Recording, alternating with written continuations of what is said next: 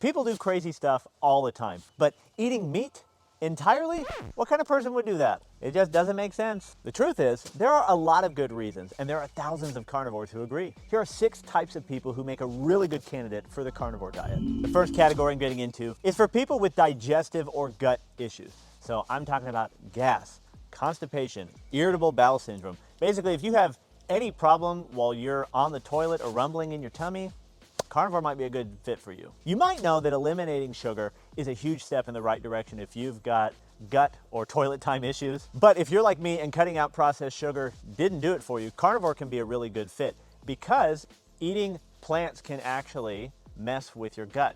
Now, before you click away, let me just introduce this paradigm shift. Have you ever sat down and made the healthy choice of having a big salad with lots of uncooked leafy greens? You sit down, you eat the salad, and you feel so full afterward. You made such a good choice. And then 30 minutes later, the gas and the bloating comes. Turns out that fullness feeling isn't so much you being satiated as it is bloat from your stomach, because those uncooked vegetables are fermenting in your stomach. This happens for a few reasons. Reason number 1, vegetables have a lot of raw fiber. Now, PJ, I thought fiber was good for digestion. Let me introduce you to another paradigm shift. The human body has a hard time digesting raw fiber in mass. That's why you get the bubbling and the bloating and the gas that comes after a big salad or really most raw vegetables. Fermentation introduces gases. So if you've ever made like homemade sauerkraut or homemade kimchi, you're gonna know that the lid is gonna pop, or you're gonna have to leave it unscrewed. The reason is because all those gases need to escape. So the next time you eat a salad and you find yourself very gassy afterward, thank your body for getting rid of the gas instead of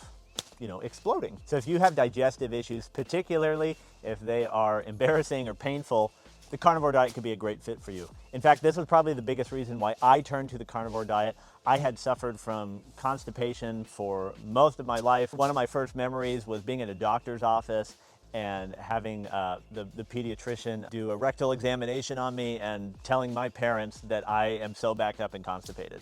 So I went carnivore when I was 33 years old. Earliest memory, I was probably 1.5 or 2 years old. You do the math, a vast majority of my life I've been constipated.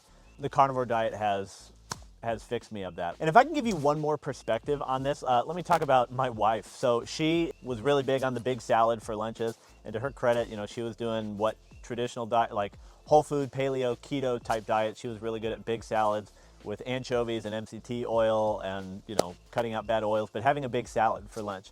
And she'd feel so bloated. She has told me that what she thought was being satiated was actually being bloated. What she is now, being carnivore with me, she's like, I know what actual satiation feels like now. So let's talk about the second group of people. This is probably the most renowned reason why the carnivore diet is a good fit for some people, and that is people that want to change their body composition. That means people who want to lose weight and or gain muscle. The carnivore diet is exceptional at that because it cuts out a lot of carbs, which forces your body to dig into its fat reserves to burn fuel. Additionally, you're eating so much protein, which is incredibly satiating. Per calorie, protein is the most satiating macronutrient. So macronutrients being carbs, proteins, and fats. Carbs and protein both have 4 calories per single gram. Fat has 9 calories per single gram serving. So I am not speaking out against fat. There's a big benefit of having fat in your diet, especially on the carnivore diet. However, protein, because of it has the same amount of calories as carbs, but is much more satiating than carbs. It is the amount of protein you're getting on the carnivore diet that really helps with body recomposition. Let me now talk about how it helps you in the long run, which is build muscle.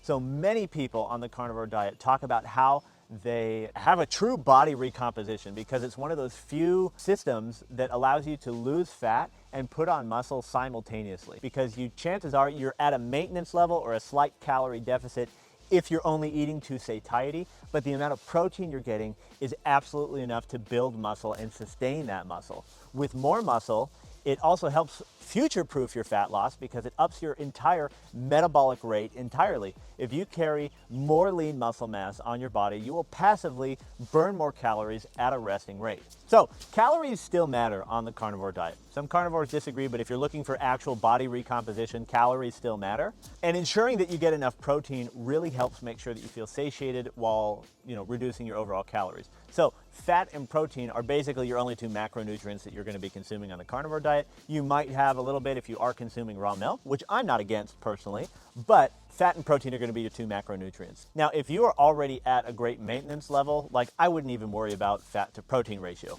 However, if you are fat adapted and you are looking to cut, prioritizing protein over fat is going to help lose weight faster. But the main thing is learn your satiety level, eat until you're satiated, don't eat past that. And in the long run, developing habits is going to be a lot more beneficial than stressing over your protein to fat ratios. Now let's talk about people with autoimmune issues or inflammation problems. Now let me start this section off by saying I am not a doctor. What I am is a person.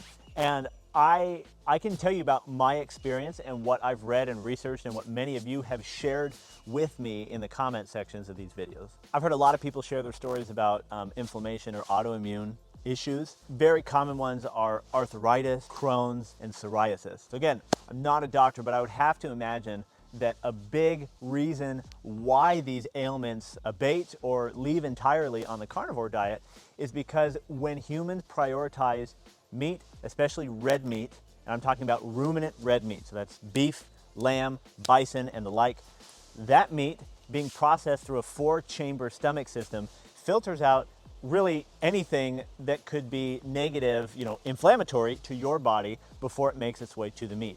Whereas, pork and chicken, that's a monogastric system, and those animals are often fed grains. Even an organic chicken, I promise you, is fed mostly organic corn. So my story on this, since I was a teenager, I think I was about 14 or 15, I've had hemorrhoids. And I said earlier, I'm 33 years old now, so more than half my life I have had hemorrhoids. I remember being 19 and having a procedure for it and zapping polyps, and it was so embarrassing and painful at a teenager, and double that time frame.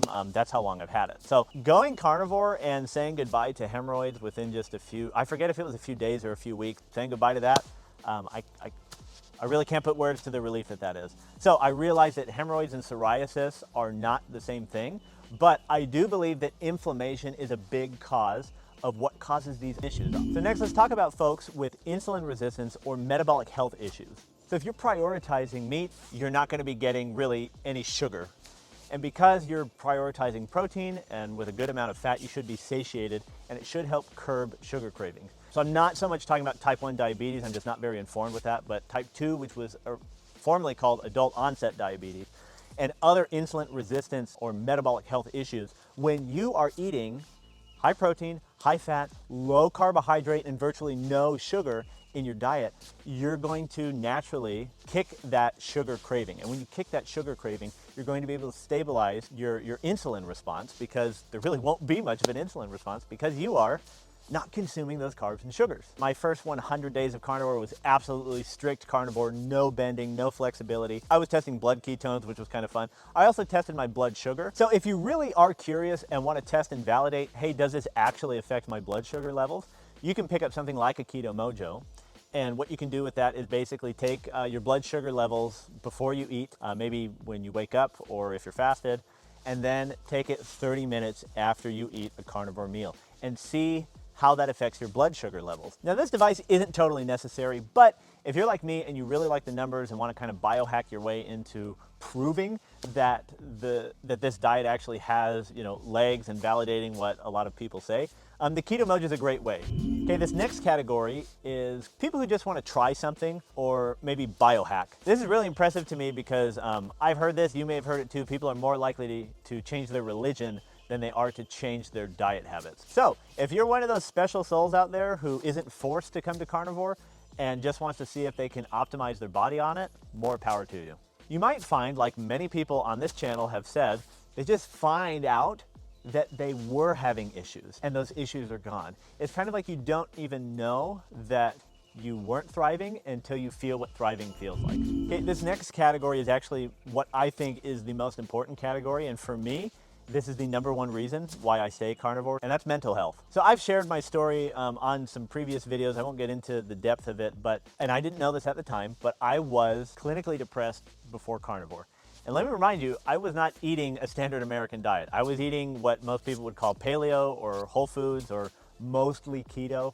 I was growing most of the food I eat, so I was eating pretty darn well. I still was going through what I thought was normal, and that was constant ruminating on stress and sad things. And now, being carnivore adapted, it's a whole different story. When I have bad news, it kind of goes in one ear and out the other. Now, it's not to say I don't feel sad anymore, or things don't affect me anymore. They do. I'm still a person. So not just severe mental health like depression or stress, but brain fog. I work from home. I own my own company, and I have a tendency to overstress about things.